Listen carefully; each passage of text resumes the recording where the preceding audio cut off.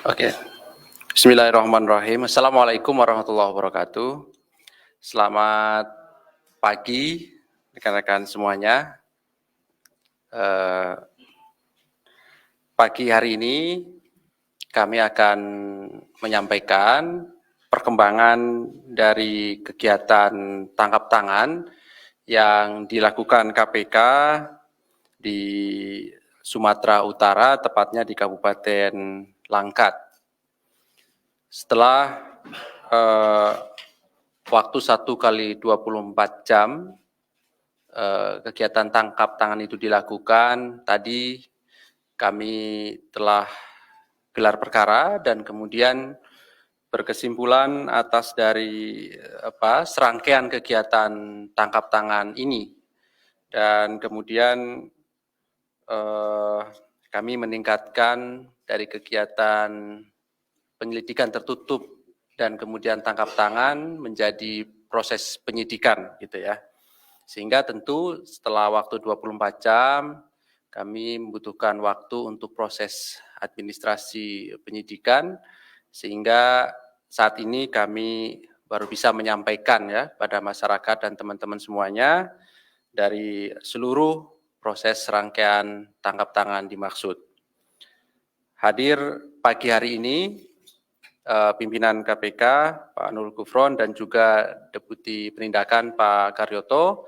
Nanti akan disampaikan terkait dengan pengumuman dan juga penahanan para tersangka yang ditemukan dalam proses permintaan keterangan dan klarifikasi dari pihak-pihak yang diamankan dalam kegiatan tangkap tangan dimaksud. Setelahnya nanti kami akan tunjukkan barang bukti dari kegiatan tersebut. Baik, kami silahkan Pak Nurul Gufron untuk menyampaikan poin-poin dari perkembangan kegiatan tangkap tangan yang dilakukan oleh KPK pada hari Selasa 18 Januari 2022. Dan setelahnya nanti kami silahkan teman-teman bisa bertanya lebih lanjut terkait dengan perkara ini. 3 orang penanya kami silahkan setelah seluruh poin-poin ini selesai dibacakan. Kami silahkan Pak.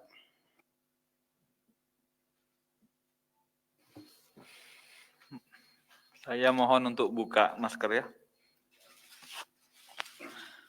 Bismillahirrahmanirrahim. Assalamualaikum warahmatullahi wabarakatuh. Selamat pagi, salam sejahtera untuk kita semua. Om Swastiastu, Namo Buddhaya, salam kebajikan.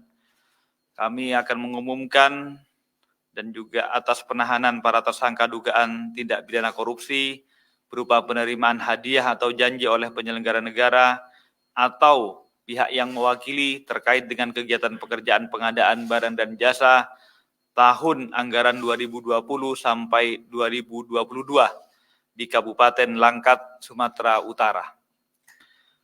Pada hari Kamis 20 Januari 2022 ini, perlu kami sampaikan bahwa KPK telah melakukan kegiatan tangkap tangan atas dugaan tindak pidana korupsi berupa penerimaan hadiah atau janji oleh penyelenggara negara atau yang mewakilinya terkait dengan kegiatan pekerjaan pengadaan barang dan jasa dari tahun anggaran 2020 sampai dengan 2022 di Kabupaten Langkat, Sumatera Utara.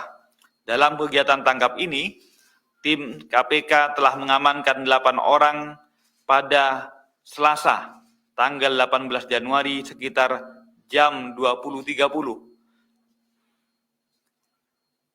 di wilayah Kabupaten Langkat, Sumatera Utara.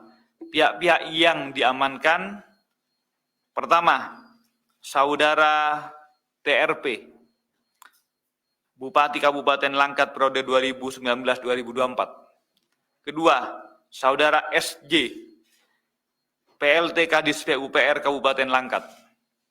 Ketiga, Saudara DT, Kabid Bina Marga Dinas PUPR Kabupaten Langkat. Keempat, Saudara SH, Kepala Bagian Pengadaan Barang dan Jasa. Kelima, Saudara MSA, swasta kontraktor. Keenam, Saudara SC, swasta atau kontraktor. Ketujuh, Saudara MR, swasta atau kontraktor. Kedelapan, Saudara IS, swasta atau kontraktor. Kronologis kegiatan tangkap tangan ini yaitu semula sekitar pada hari Selasa 18 Januari 2022 di Kabupaten Langkat, Sumatera Utara, KPK mendapatkan informasi dari masyarakat terkait adanya dugaan penerimaan sejumlah uang oleh penyelenggara negara atau pihak yang mewakilinya, di mana diduga telah ada komunikasi dan kesepakatan sebelumnya yang akan diberikan oleh Saudara MR.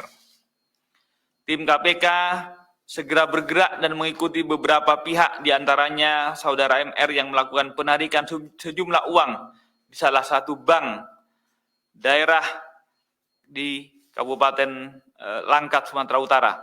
Sedangkan Saudara MSA, Saudara SC, dan Saudara IS sebagai perwakilan dari Saudara ISK dan TRP menunggu di salah satu kedai kopi. Saudara MR kemudian menemui Saudara MSA, Saudara SC, dan Saudara IS di kedai kopi tersebut dan langsung menyerahkan uang tunai. Tim KPK langsung melakukan penangkapan dan mengamankan Saudara MR, MSA, SC, dan IS berikut uang ke Polres Binjai.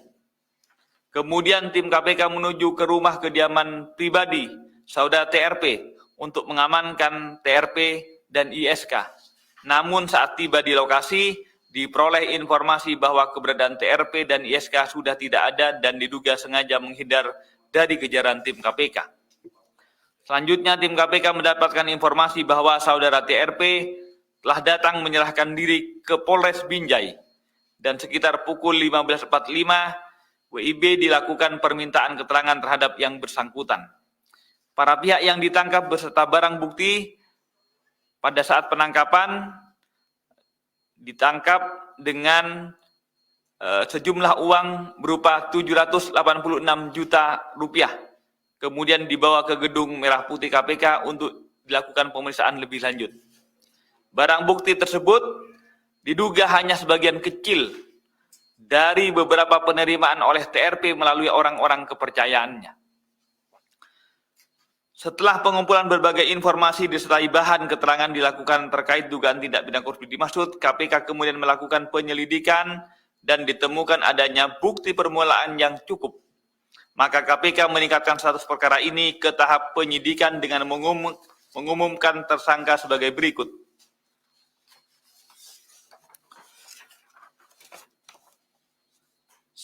Pemberi Saudara MR dari pihak swasta. Penerima Saudara TRP, Bupati Kabupaten Langkat periode 2019-2024. Kedua, Saudara ISK, Kepala Desa Balai Kasih. Ketiga, Saudara MSA, swasta kontraktor. 4, Saudara SC, swasta kontraktor. Kelima, Saudara IS, swasta kontraktor. Konstruksi perkara diduga telah terjadi rangkaian kegiatan yang diduga merupakan tindak pidana korupsi sebagai berikut, yaitu sekitar tahun 2020 hingga saat ini 2022 pada saat tertangkap, Saudara Saudara tersangka TRP, Bupati Kabupaten Langkat periode 2019-2024, bersama dengan saudara TSK yang adalah saudara kandung dari saudara TRP diduga melakukan pengaturan dalam pelaksanaan paket proyek pekerjaan infrastruktur di Kabupaten Langkat. Dalam melakukan pengaturan ini, saudara TRP memerintahkan saudara SJ selaku PLT Kadis PUPR Kabupaten Langkat dan SH selaku Kepala Bagian Pengadaan Barang dan Jasa untuk berkoordinasi aktif dengan saudara saudara ISK sebagai representasi dari saudara TRP dengan pemilihan pihak rekanan mana saja yang akan ditunjuk sebagai pemenang paket-paket pekerjaan proyek di Dinas PUPR dan Dinas Pendidikan. Agar bisa menjadi pemenang paket proyek pekerjaan, diduga ada permintaan persentase fee oleh saudara TRP melalui saudara ISK dengan nilai persentase 15% dari nilai proyek untuk paket pekerjaan melalui tahapan lelang dan untuk paket proyek yang dengan paket penunjukan langsung persentasenya 16,5%. Jadi untuk yang melalui lelang itu 15%, untuk yang melalui PL penunjukan langsung persentasenya 16,5%. Selanjutnya salah satu rekanan yang dipilih dan dimenangkan untuk mengerjakan proyek pada dua dinas tersebut adalah saudara MR dengan menggunakan beberapa bendera perusahaan dan untuk total nilai paket proyek yang dikerjakan sebesar 4,3 miliar. Selain dikerjakan oleh pihak rekanan, ada juga beberapa proyek yang dikerjakan oleh saudara TRP melalui perusahaan milik ISK sendiri. Pemberian fee oleh saudara tersangka MR diduga dilakukan secara tunai dengan jumlah sekitar 786 juta yang diterima melalui perantara tersangka MSA, tersangka SC, dan tersangka IS untuk kemudian diberikan kepada tersangka ISK dan diteruskan lagi kepada saudara tersangka TRP. Diduga dalam penerimaan sampai dengan pengelolaan uang fee dimaksud dari berbagai proyek di Kabupaten Langkat, saudara tersangka TRP menggunakan orang-orang kepercayaannya dimaksud yaitu saudara tersangka ISK, saudara tersangka MSA, saudara tersangka SC, dan saudara tersangka IS. Diduga pula ada banyak penerimaan lain yang oleh saudara tersangka TRP melalui saudara tersangka IS dari berbagai rekanan dan hal ini masih dalam proses pendalaman oleh tim penyidik KPK. Jadi apa yang kami tangkap dan kemudian mendapatkan barang bukti berupa 786 juta dimaksud itu adalah sebagian kecil. Karena paket-paketnya masih ada beberapa yang lain dari saudara tersangka pemberi yang baru kami tangkap ini. Dimungkinkan polanya akan sama. Atas perbuatannya tersebut, para tersangka disangkakan melanggar pasal pertama, saudara tersangka MR selaku pemberi, ini baru satu pemberi ya, disangkakan melanggar pasal 5 ayat 1 huruf A atau pasal 5 ayat 1 huruf B atau pasal 13 Undang-Undang Republik Indonesia nomor 31 tahun 99 tentang pemberantasan tindak pidana korupsi sebagaimana telah dirubah dengan Undang-Undang nomor 20 2001 tentang perubahan atas Undang-Undang 3199 tentang pemberantasan tindak pidana korupsi. Itu dari pemberi.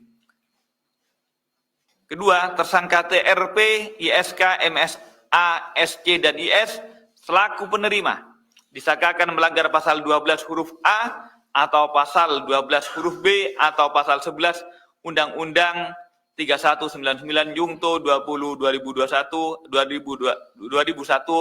tentang perubahan atas Undang-Undang 3199 tentang pemberantasan tindak pidana korupsi, Jungto pasal 55 ayat 1 ke 1 KUHP, Jungto pasal 65 ayat 1 KUHP. Untuk proses penyidikan dilakukan upaya paksa penahanan oleh tim penyidik bagi tersangka untuk 20 hari pertama, terhitung mulai tanggal 19 Januari 2022 sampai dengan 7 Februari 2022 di rutan KPK. Pertama, saudara TRP ditahan di rutan KPK pada Pomdam Jaya Guntur. Kedua, saudara SC ditahan di rutan KPK pada Pomdam Jaya Guntur. Saudara MSA ditahan di rutan Polres Metro Jakarta Pusat. Keempat, saudara IS ditahan di rutan Polres Jakarta Timur. 6, saudara MR ditahan di rutan KPK Gedung Merah Putih. KPK mendapatkan informasi bahwa atas bantuan pihak kepolisian daerah Sumatera Utara, karena sampai saat ini tersangka ISK belum berada di ruang atau di gedung KPK ini, tapi kami sudah mendapatkan informasi bahwa saudara tersangka ISK saat ini telah juga diamankan oleh tim dan segera dibawa ke Polres Binjai untuk pemerintahan keterangan. Jadi masih di Binjai, belum dibawa ke Jakarta. KPK sekali lagi berterima kasih kepada para pihak, termasuk dan khususnya kepada Kepolisian Daerah Sumatera Utara yang telah turut membantu dalam rangkaian kegiatan tangkap tangan ini. KPK prihatin dengan masih banyaknya tindak pidana korupsi, terlebih melibatkan pejabat publik dalam sebagai penyelenggara negara yang memegang tampuk amanah rakyat, bermufakat jahat dengan pihak-pihak tertentu untuk memperkaya dirinya maupun orang lain dengan cara-cara yang tidak jujur. APBD setempat yang semestinya pro rakyat, tapi kemudian digunakan dengan niatan untuk memperkaya diri. KPK juga mengimbau kepada perbankan ataupun pihak-pihak jasa keuangan lainnya, jika menemui atau melayani transaksi keuangan yang mencurigakan atau patut diduga ada indikasi tindak pidana korupsi, yaitu contohnya adalah penarikan dalam jumlah yang besar, agar dapatnya menyampaikan kepada KPK ataupun aparat penegak hukum lainnya. KPK berharap dari rentetan kegiatan tangkap tangan pada beberapa pekan terakhir ini, karena sudah ini yang keempat di bulan Januari, ketiga di bulan Januari, masih 1 bulan sudah 3 kali, kami berharap ini tidak akan terjadi kembali. Dan karenanya kami berharap penangkapan demi penangkapan ini memberikan efek jera sekaligus pembelajaran bagi masyarakat agar tidak melakukan lagi korupsi, agar jera dan takut untuk melakukan korupsi. Sehingga kita berharap Indonesia bisa benar-benar bebas dari korupsi. Demikian yang dapat kami sampaikan. Saya kembalikan ke Mas Ali Fikri. Wassalamualaikum warahmatullahi wabarakatuh. Selamat pagi. Sebelum sebentar Mas Mara ya, sebelumnya ya. Baik, terima kasih Pak Nur Gufron yang telah menyampaikan poin-poin dari kegiatan tangkap tangan. Pada prinsipnya bahwa KPK menetapkan 6 orang sebagai tersangka dan pagi hari ini 5 orang telah dilakukan penahanan, 1 sudah ditangkap dan diamankan di Polres Binjai. Tentu besok rencananya akan dibawa ke Jakarta. Berikutnya kami tunjukkan barang bukti dari kegiatan tangkap tangan ini.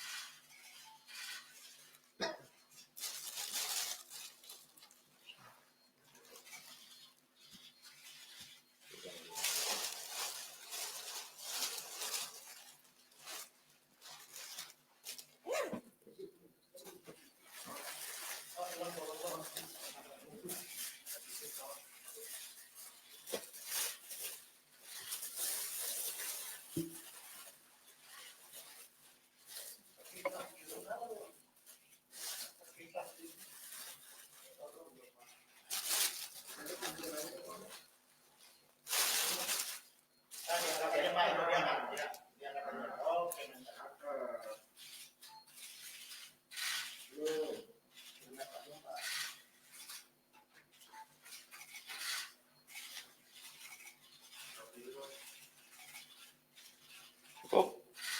Oke, cukup ya. Cukup ya? Terima kasih.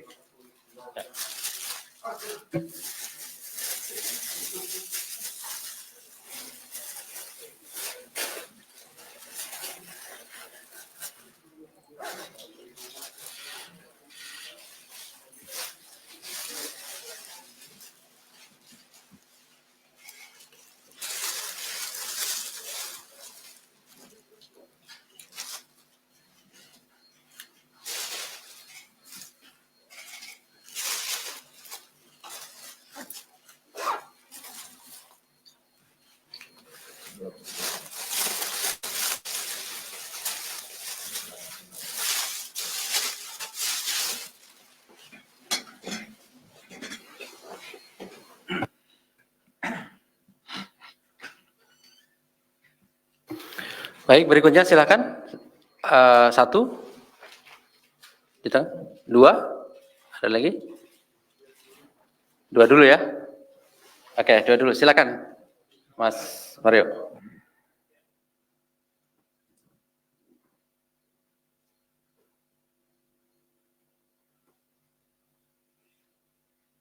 Yes. Ya, terima kasih. Selamat dini hari, Pak Gufron, Pak Deputi, Pak Mas Ali. Yang saya mau tanyakan nih pertama, ini ada hal yang menarik. Selama ini KPK melakukan koordinasi dengan aparat penegak hukum, baru kali ini kayaknya informasi ada sedikit kebocoran. Apakah KPK, kalau saja ini Bupati nggak nyerahin diri gimana? Bisa jadi Harun Masiku kesekian.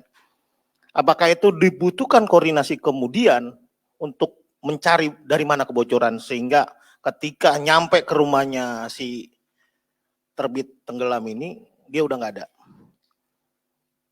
Ini baru pertama dari serangkaian operasi dan koordinasi itu baru di Polsek ini terjadi seperti itu. Kedua, ini tadi Pak Gufron menyatakan bahwa ini bagian terkecil dari barang bukti. Dan kemudian di sini ada Kepala Dinas PUPR, Bina Marga, dan ada pendidikan.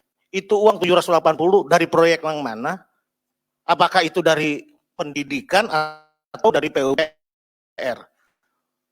Dan yang menariknya lagi kemudian, kalau ini berlangsung dari tahun, hampir 2 tahun dikatakan tadi, ini cukup menarik kalau dikonversi dengan harta kekayaan Pak beliau ini. Artinya bos di belakang ini termasuk 10 besar orang bupati yang cukup dianggap kaya. Apakah akan dilakukan aset tracing terhadap aset-aset beliau yang diduga mungkin KPK memiliki bukti-bukti? Ini ada semacam, ya ini kan dia main bersaudara lah dengan abangnya atau siapanya. Dan lingkaran itu saja atau memang ada saudaranya misalkan di luar sana, misalkan di DPRD-nya ada kongsi. Nggak mungkin hanya eksekutif saja saya rasa untuk hal-hal yang ini kan modusnya sangat ya model lama lah. Ini kan triknya cuma gitu. Tapi bagaimana indikasi ke depannya itu KPK apakah sudah ada bukti untuk mendalami keterlibatan legislatif misalnya? Ya 3 pertanyaan itu Pak Gufron, Pak Deputi. Terima kasih. Terima kasih Mas Mario. Sebelah kiri saya, silakan Mas sebutkan.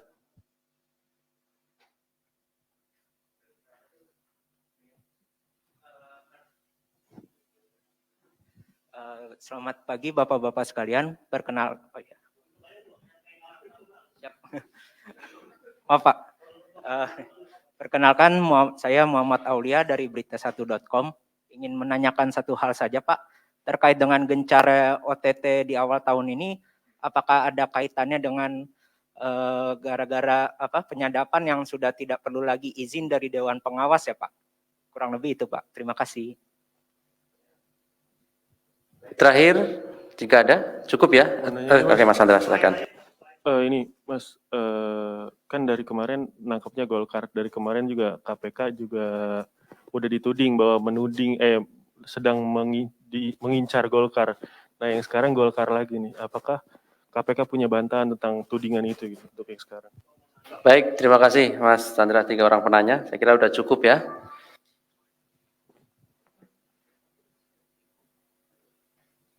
Silakan Pak Karyoto dulu. Hal-hal yang secara teknis bisa dijelaskan, nanti lebihnya saya. Terima kasih. Selamat pagi rekan-rekan semua yang menunggu dengan sabar. Sebenarnya sama-sama sabar, kami juga sabar juga menunggu.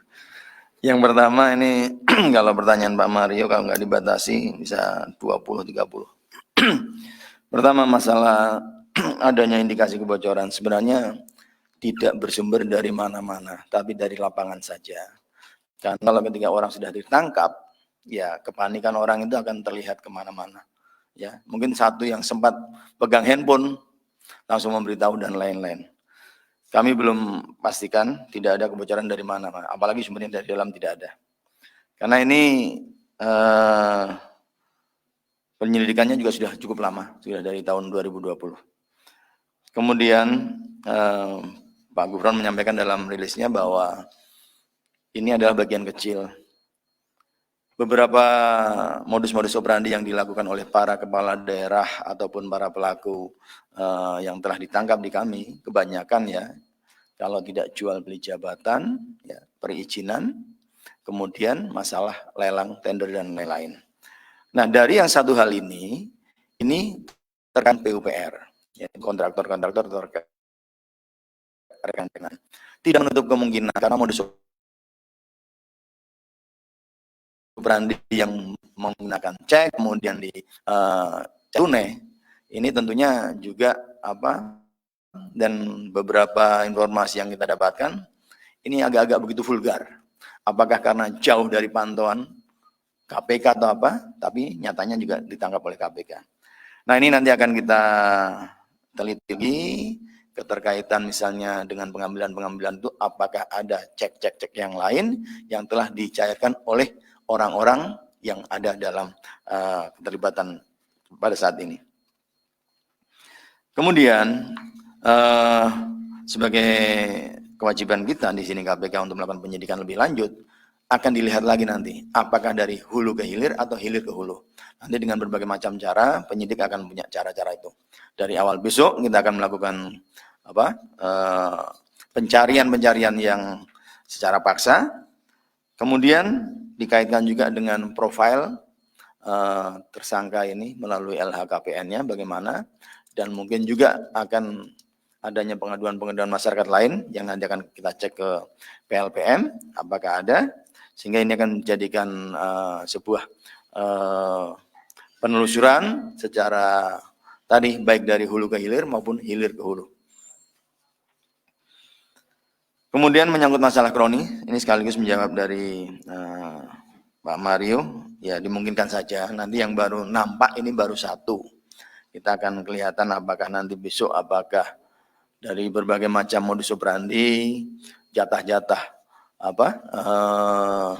proyek-proyek apakah ada, tentunya akan kita gali dari kesaksian maupun beberapa saksi-saksi yang sudah kita dapatkan, dan kemungkinan pada saat upaya-upaya pencarian dengan cara-cara tertentu nanti kalau memang itu akan berkembang ya kita akan kembangkan baik dari sisi proyek, baik dari sisi para pelaku-pelaku yang terlibat. Nah, kembali ini Pak Mario selalu nanya masalah legislatif. Ini masih prematur ya kalau sekarang. Nanti kita lihat saja apakah ada keterlibatan itu berdasarkan alat bukti yang kita temukan.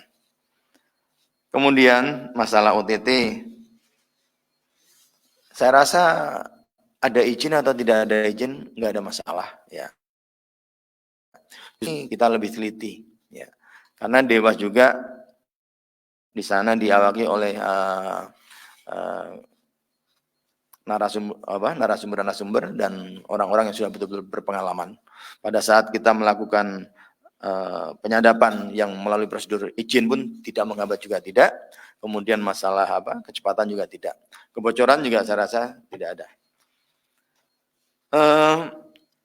Yang terakhir dari Mas, apakah kok Golkar ya, menurut kami ini hanya apesnya saja lah. Karena selama ini ranjau-ranjau yang ditebar oleh KPK cukup banyak. Jumlahnya bukan hanya 10 atau 20, tapi ratusan. Ya kalau ada laporan pengaduan dari masyarakat yang menyangkut profil A, B, C, ya kita tidak memandang warnanya tidak, tetapi berdasarkan laporan yang ada. Kemudian ditindaklanjuti dengan cara-cara kita, secara undang-undang kita legalkan untuk melakukan penyadapan, ya kan. Kalau yang tidak terpantau ya nasibnya aja mungkin masih belum tertangkap. Nah, sekali lagi pada para kepala daerah ini menjadi pembelajaran bersama bahwa apapun ceritanya APBD, APBN itu adalah dipertanggungjawabkan untuk pembangunan, bukan untuk kepentingan pribadi atau kepentingan kelompok. Mungkin itu, Pak. Terima kasih. Oke, saya tegaskan saja dari disampaikan oleh Pak Karyoto. Intinya, karena polanya ini adalah untuk yang tender 15%, untuk yang PL 16,5%, itu artinya kan terpola.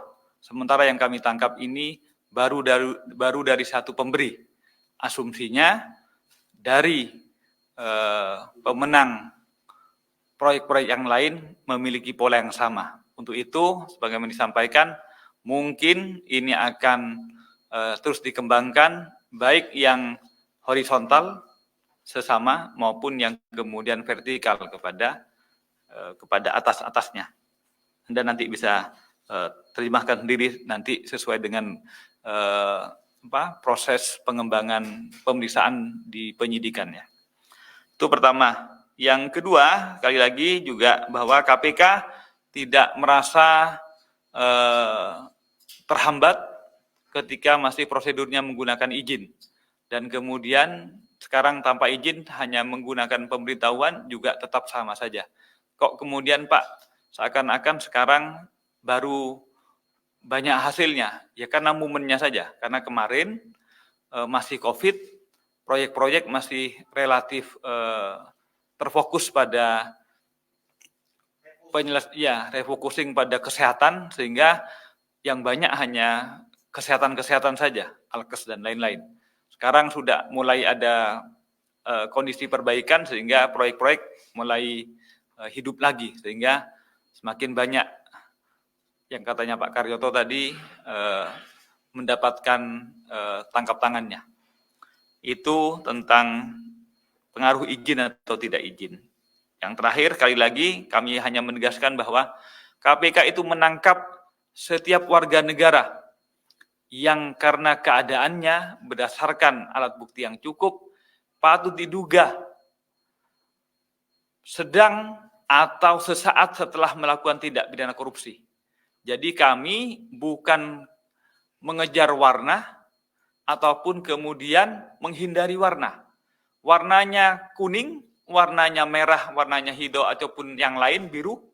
Kalau tidak memenuhi alat bukti, kami tidak akan mungkin menangkapnya. Sebaliknya, warnanya tidak warna tertentu, tapi kalau memenuhi alat bukti, tentu kami akan melakukan proses hukum. Begitu. Jadi di hadapan kami tidak ada warna, di hadapan KPK semuanya adalah berdasarkan syarat dan ketentuan, dan tentu kami akan melakukan prosedurnya berdasarkan ketentuan peraturan perundang-undangan. Di hadapan kami adalah sama. Terima kasih. Terima kasih. Cukup ya?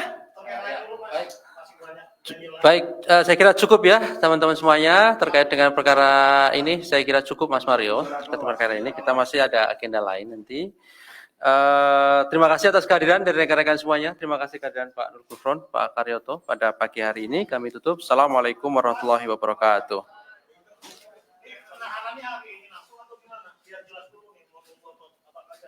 Oh, yang satu? Enggak, yang ini nih, sekarang. Oh sudah, kan kami sudah jelaskan tadi. Nah, ini naik lagi. Oh, nanti. Akan naik lagi. Kelihatannya mau naik lagi sebentar nanti.